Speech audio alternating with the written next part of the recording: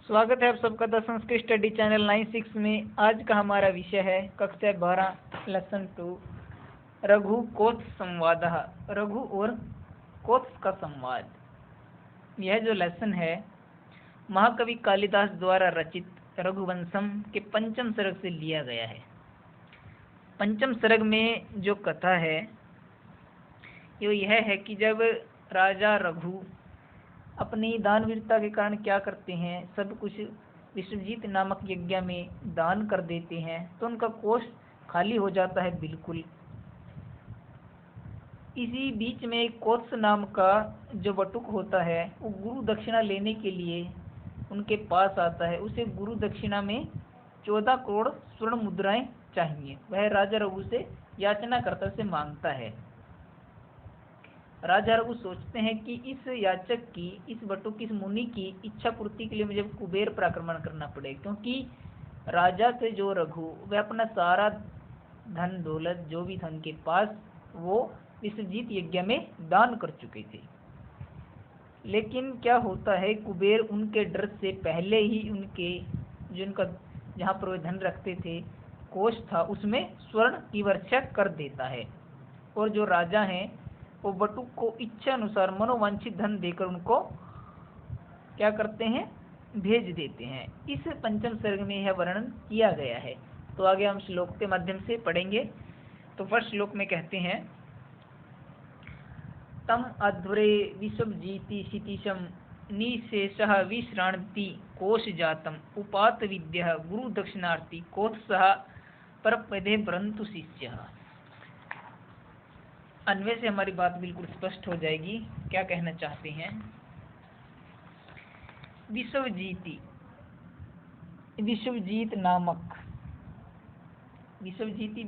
नामक अध्वरे यज्ञ में निशेषः विश्रांति कोश जातम कि जिसने निशेष संपूर्ण रूप से क्या कर दिया है भाई, निशेष मैंने संपूर्ण रूप से, विश्रांति मैंने दिए गए, कोश जातम धन राशि के समूह वाले, कि जिसने संपूर्ण धन राशि की विश्वजीति अध्वरे विश्वजीत नामक यज्ञ में संपूर्ण धन राशि को दे देने वाले, संपूर्ण धन राशि को जिसने दे दिया है। तम क्षितिशम उस क्षितिशम राजा रघु के पास, तम मैंने उस क्षितिशम राजा रघु के पास, उपात विद्या प्राप्त की गई विद्या वाला, गुरु दक्षिणार्थी गुरु को दक्षिणा देने का इच्छुक, वर्तंतु शिष्य वर्तंतु का शिष्य, कोत्स परपदे कोत्स पहुंचा। क्या कहते हैं इस श्लोक में, विश्वजीति अध्वरे विश्वजीत नामक यज्ञ में निशेष संपूर्ण रूप से विश्रांति कोश जातम दिए गए धन वाले, कि विश्वजीत यज्ञ में जिसने संपूर्ण धन दे दिया है देने वाले, तम उस राजा रघु के पास, तम मैंने उस राजा क्षितिश में राजा रघु के पास, उपात विद्या प्राप्त की गई विद्या वाला, गुरु दक्षिणार्थी गुरु को दक्षिणा देने का इच्छुक, वर्तंतु शिष्य वर्तंतु का शिष्य, कोत्स परपदे कोत्स पहुंचा, कि राजा रघु के पास कोत्स पहुंचा। सेकंड श्लोक में क्या कहते हैं भाई, स मृण्मये वीत हिरण्यमयत्वात् पात्रे निधाय अर्घ्यम अनर्घशीलः श्रुत प्रकाशम यस्सा प्रकाशः प्रत्युजगामः अतिथिम आतिथेयः। क्या कहते हैं अन्वय से बात स्पष्ट हो जाए, अनर्घशीलः श्रेष्ठ स्वभाव वाले, यशसा प्रकाशः यश मैंने यश से जिसकी प्रकाश है कीर्ति है, आतिथेय अतिथि सेवा करने वाले, कौन है भाई, स रघु वह राजा रघु। कहते हैं अनर्घशीलः श्रेष्ठ स्वभाव वाले, यशसा प्रकाश यश से जिनकी प्रसिद्धि है, आतिथेय अतिथि की सेवा करने वाले, स रघु वह राजा रघु, वीत हिरण्मयत्वात् सोने के पात्र, वीत हिरण्यमय व सोने के पात्र न होने के कारण, कैसे पात्र है, मृण्मय मिट्टी के बने हुए, पात्रे पात्र, क्योंकि उन्होंने सारा जो धन था विश्वजीत नामक यज्ञ में दान दी। जिनके पास अब सोने के पात्र नहीं है तो मिट्टी के पात्र उनके पास हैं, बर्तन उनके पास हैं। तो कहते हैं बीत हिरण्मयत्वात्, तो सोने के पात्रों से रहित, समाप्त हो गए जिनके पास सोने के पात्र। बीत करते भी समाप्त हो जाना, हिरण्मयत्वात्, जो हिरण्य में सोने के पात्र हैं। मृण्मय उनके पास है मिट्टी के बने हुए जो बर्तन हैं, उनमें अर्घ्यम पूजा सामग्री को निधाय मैंने रखकर, श्रुत प्रकाशम जो ज्ञान के प्रकाश हैं। अतिथि, अतिथि कौन है भाई? कोत्स, अतिथि कोत्स को प्रत्युजगम पाठ उठ कर गए, उनके पास उठकर गए। क्या कहना चाहते हैं श्लोक में कि अनर्घशील, श्रेष्ठ स्वभाव वाले, यश जिनकी प्रसिद्धि है, अतिथि की सेवा करने वाले वह राजा रघु।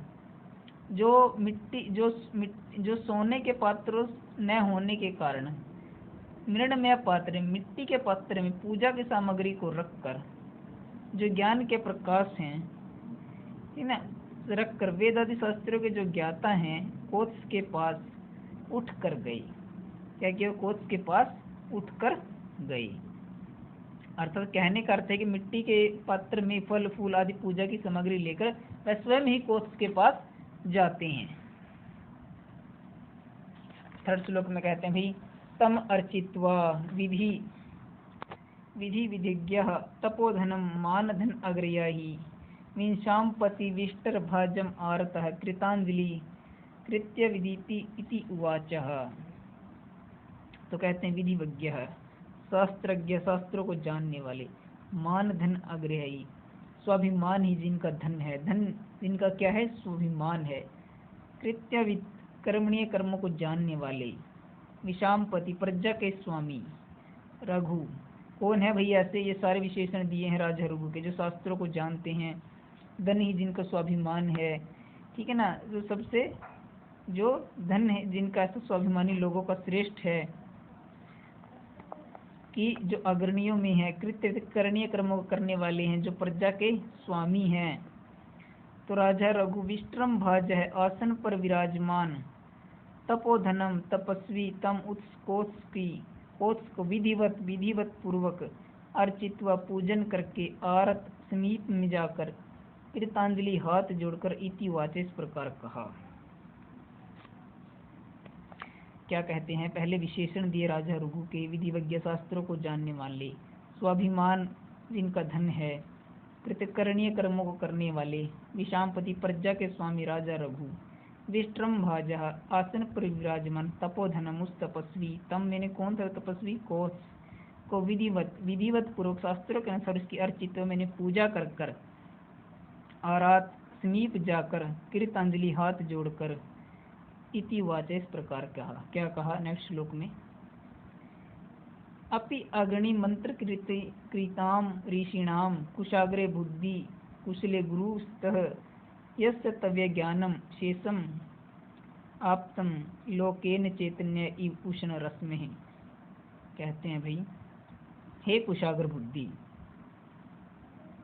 कुशा के अग्रभाग के समान जिसकी बुद्धि हो, कुशाग्र बुद्धि मैंने कुशा के अग्रभाग के समान जिसकी बुद्धि हो। तो कहते हैं मंत्र कृताम ऋषिणाम, मंत्रों का साक्षात करने वाले, ऋषिणाम ऋषियों में जो अग्रणीय हैं, सबसे आगे हैं, श्रेष्ठ हैं सबसे, ते गुरु कुशली अपि, आपके गुरु कुशल तो हैं। राजा रघु कोश से उनके गुरु के बारे में पूछ रहे हैं, कहते हैं कि हे कुशाग्र बुद्धि, है तीव्र बुद्धि वाले कोश, क्योंकि जो कुशा अगर भाग होता है, कुशा कहते हैं धाव को, जो धाव का आगे का भाग होता है वो कैसा होता है? बहुत ही तेज होता है, कि कुशा के अग्रभाग के समान तीव्र बुद्धि वाले कोश, मंत्र कृताम की मंत्रों का साक्षात करने वाले ऋषियों में जो अग्रणीय हैं, ते गुरु तुम्हारे गुरु, वे कुशल तो हैं, कि मंत्रों का साक्षात करने वाले तुम्हारे गुरु कुशल तो हैं, वो सबसे अग्रणीय कुशल तो हैं। यतः जिनसे तवया आपके द्वारा अशेष ज्ञानम, संपूर्ण ज्ञान लोकेन संसार द्वारा, उष्ण रस में सूर्य से, चैतन्यम इव आप्तम चैतन्य के समान प्राप्त किया गया है। कहते हैं कि जिनसे आपने अशेषम ज्ञानम, संपूर्ण ज्ञान, संपूर्ण ज्ञान को कैसे प्राप्त किया है? जैसे जो सूर्य, जिस प्रकार यह सारा लोक संसार सूर्य उष्ण रस में सूर्य से चैतन्य ईवावतन चेतना प्राप्त करता है, कि आपने अपने गुरु से ज्ञान को कैसे प्राप्त किया है? ऐसे प्राप्त किया है जैसे सारा संसार इस सूर्य से चेतना प्राप्त करता है, ऐसे आपने उनसे ज्ञान को प्राप्त किया है। कहते हैं भी त्वहर्तो नाभिगमेन तृप्तम मनोनियोग क्रिय उत्सुकम में अपि अज्ञः शासितु आत्मनः वा प्राप्तो असि संभावितु वनानन माम। तो कहते हैं राजा रघु कि अर्हतः, अन्वय से बात स्पष्ट होगी हमारी बिल्कुल, अर्हतः पूज्य, तो मैंने आपके अभिगमेन आने से, मैंने मेरा मन न तृप्तम संतुष्ट नहीं हुआ है, किंतु तब आपकी नियोग क्रिया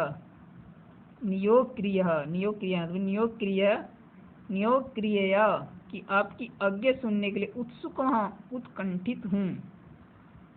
कहते हैं राजा रघु अर्हता, तो पूज्य, हे कोश पूजनीय कोश, तब अभिगमेन आपके आने से मेरा मन न तृप्तम संतुष्ट नहीं है, किंतु तो मैंने आपकी नियोग क्रिया आज्ञा सुनने के लिए उत्कंठित हूँ। कहता है कि मैं आपके आगमन से संतुष्ट नहीं हुआ, लेकिन आपके आज्ञा सुनने के लिए उत्कंठित हूँ कि आप क्या आज्ञा देना चाहते हैं, वह सुनना चाहता हूँ मैं। फिर कहते हैं अपि क्या, शासितु आज्ञा अपि, कहते हैं शासितु मैंने गुरु की आज्ञा से, अपि आत्मना या अपनी स्वयं की इच्छा से। कहते हैं शासितु आज्ञा, गुरु की आज्ञा से आए हो आप, या आत्मना वा या अपनी इच्छा से, माम संभावितम मुझे सम्मानित या कृतार्थ करने के लिए, संभावित कृतार्थ करने के लिए, वनात् प्राप्त वन से प्राप्त से यहाँ पर आए हो। कहते हैं कि गुरु की आज्ञा से आए हो, अपनी स्वयं की इच्छा से आए हो, मुझे सम्मानित करने या मुझे कृतार्थ करने के लिए आप वन से यहाँ आए हो। कहने का अर्थ राजा रघु का यह है कि आप यहाँ पर किस लिए आए, अपनी आप गुरु की आज्ञा से आए हो या स्वयं की आज्ञा से आए हो, मुझे कृतार्थ करने के लिए, सम्मानित करने के लिए वन से यहाँ पर आए हो। नेक्स्ट श्लोक में कहते हैं भाई इति अर्घ पात्रम अनुमित व्यस्य रघोदारम गाम निशम्य स्वार्थ उपपत्तिम प्रति दुर्बल आशा सत्यम इति वाचद वरंतु शिष्य है। तो कहते हैं अर्घ्य पात्र अनुमित व्यस्य, अर्घ्य पात्र पूजा सामग्री के जो पात्र हैं, अनुमित उनसे अनुमान लगान लेने वाले, व्यस्य व्यय का, खर्चे का, कि जो राजा रघु कोष के पास पूजा सामग्री किस बर्तन में रख कर ले गए, मिट्टी के बर्तन में रख कर ले गए, तो कोष ने वहीं से अनुमान लगा लिया। क्या अनुमान लगे? अर्घ्य पात्र पूजा की सामग्री, अनुमित पूजा सामग्री के अर्घ्य पात्र से, पूजा सामग्री के पात्र से अनुमित अनुमान लगा लेने वाले, व्यस्य किसका, धन का, कि धन खर्च हो गया है, इसका अनुमान लगा लेने वाले, कि पूजा सामग्री के पात्र को देखकर अनुमान लगा लेने वाले कौन है भी? कोष।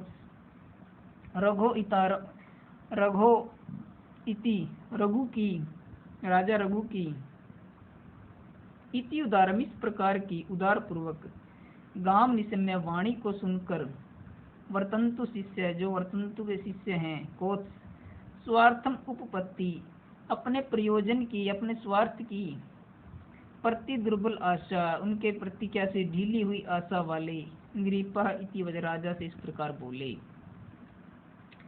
क्या कहते हैं? श्लोक का अर्थ समझिए। अर्घ्य पात्र पूजा सामग्री के पात्र से अनुमित अनुमान लगा लेने वाले, वैसे मैंने धन संपत्ति का, कि मिट्टी के बर्तनों से जिन्होंने अनुमान लगा लिया है धन से। रघो इति उदारम राजा रघु की इस उदारता पूर्वक गाम निशम्य वाणी को सुनकर, वर्तंतु शिष्य है, वर्तंतु के शिष्य, स्वार्थ प्रति अपने स्वार्थ के प्रति दुर्बल हुई आशा वाले, तमम उस नृपम राजा नृप से राजा रघु से इस प्रकार बोले, इति अवोचत इस प्रकार बोले, क्या बोले,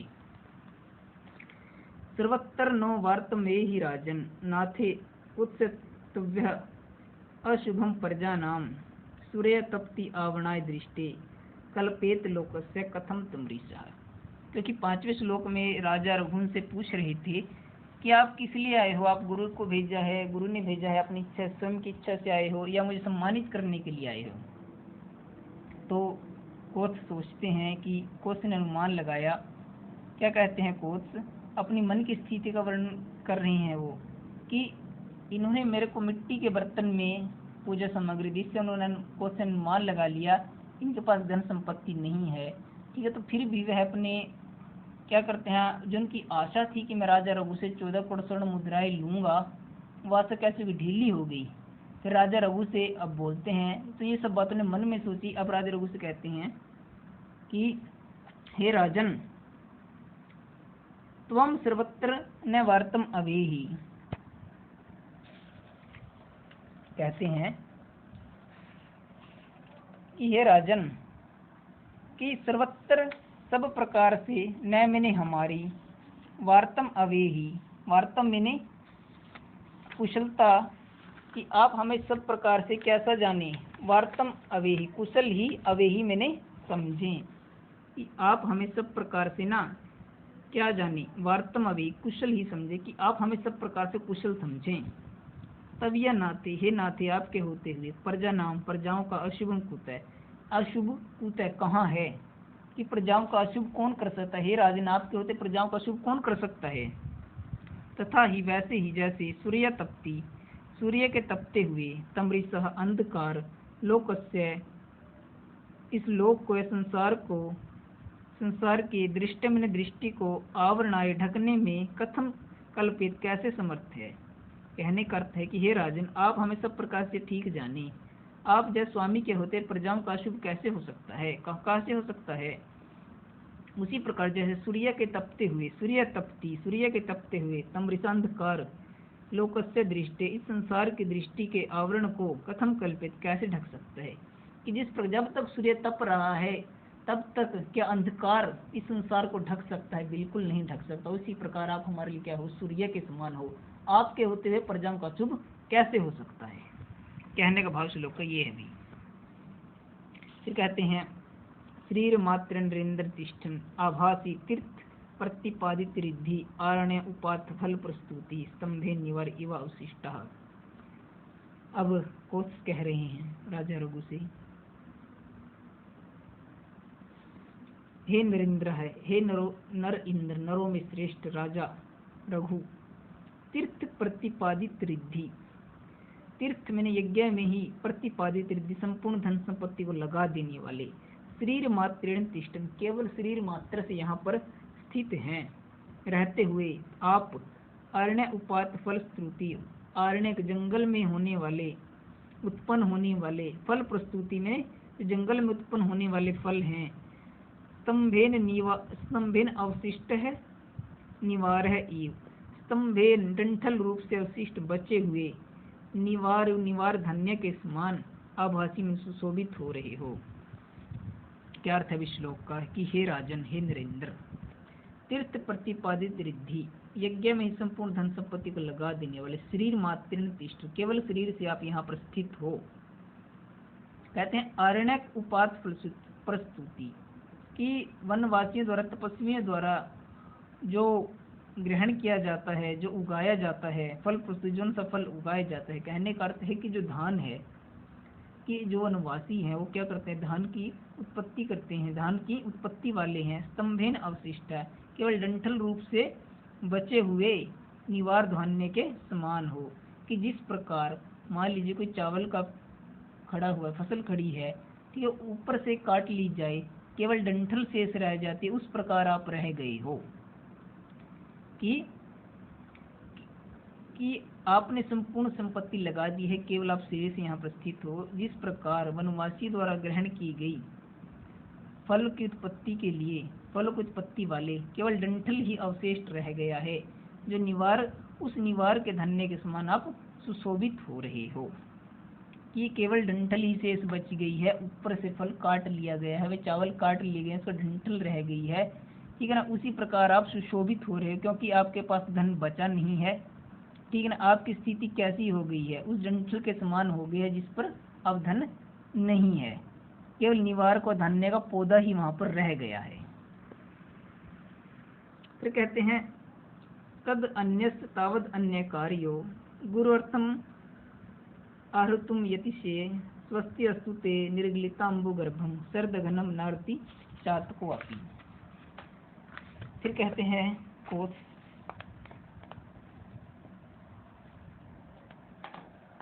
हे राजन, तत् तावत, इसलिए तावत पहले बिना और कुछ काम किए, अन्य कार्य कि पहले कुछ किए बिना, अन्य कार्य है कि मेरा कोई अन्य कार्य नहीं है, मेरा कोई दूसरा प्रयोजन नहीं है। अहम अन्यतः दातुम, क्या प्रयोजन उसका, केवल गुरु के लिए धन को ले जाना।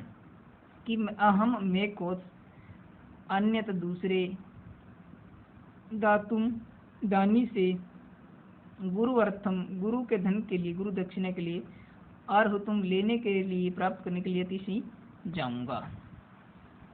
क्या कहते हैं, पिछले श्लोक में कोत्स ने कह दिया कि आपकी स्थिति कैसी हो गई है, आपकी स्थिति ऐसी हो गई है जैसे निवार का जो धान का पेड़ है, पौधा है, ठीक है ना, उससे अब धान काट लिया गया है, केवल डंठल शेष रह गया क्योंकि आपके पास धन संपत्ति नहीं है, आपने सारी धन संपत्ति यज्ञ में लगा दी है।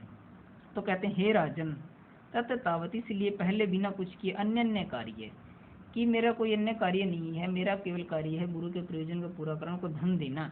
अहम अन्यत में अन्य दातुम दानी से, गुरु अर्थम गुरु के अर्थ के लिए, गुरु का दक्षिणा देने के लिए, आहुतुम यत्सी धन लेने के लिए जाऊंगा। ते स्वस्ति, तुम्हारा कल्याण हो। चातका अपि, जो चातक पक्षी भी, इंद्रगलिता अम्बु गर्भम, जिस बादल में जल नहीं होता, अर्थात सर्द घनम सर्दकालीन बादलों से न्यार्जति जल नहीं मांगता। कि निर्गलित अम्बु गर्भम, निकले हुए जल वाला, कि आप जिसमें जल नहीं रहा, सर्दकालीन बादलों के समान, कि जिस प्रकार जो चातक पक्षी है वो भी क्या करता है, जो जल रहित सर्दकालीन बादल हैं उनसे न्यार्जति जल को नहीं मांगते। तुम्हारा कल्याण हो, अब मैं चलता हूँ, क्योंकि जो सर्दकालीन बादल हैं, ठीक है ना, उनमें जल नहीं होता, उनसे वे जल नहीं मांगते क्योंकि अब राजा के पास जल नहीं है, ठीक है, तो वे सर्दकालीन बादलों के समान हो गए हैं जिनके पास जल ही नहीं है, अब उनसे क्या मांगे। नेक्स्ट श्लोक में कहते हैं एतावत उक्त्वा प्रतियातुम कामम शिष्यम हरिषि निरपति निषिध्य किम वस्तु विद्वन गुरुवे प्रदेयम तव्य किमतेति तन्मय युक्तः।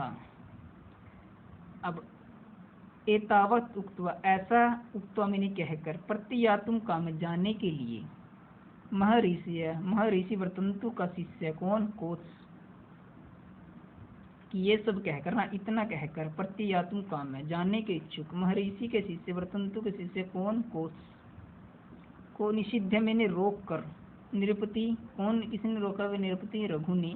कहते हैं हे विद्वान, ऐसा कहकर वो जाने लगे तो वर्तंतु के शिष्य कोत्स को राजा रघु ने रोका, हे विद्वान, तव्य गुरु प्रदेयम, तुम्हें गुरु को प्रदेयम देने योग्य, प्रदेय मैंने देने योग्य, वस्तु किम कियत, जो वस्तु है, किम मैंने क्या, और कियत मैंने कितनी देनी है, इति तम अनवयुक्तम, इस प्रकार उस तम कोत्स को अनवयुक्तम पूछा। तो राजा रघु को रोक के पूछते हैं कि तुम्हें गुरु को कितनी वस्तु देनी है, कितनी देनी है, इस प्रकार उसने कोत्स को पूछा। इस प्रकार हमने 10 श्लोक पढ़े इस लेसन के, 10 श्लोक आगे हम पार्ट नंबर 2 में पढ़ेंगे। धन्यवाद आप सभी का।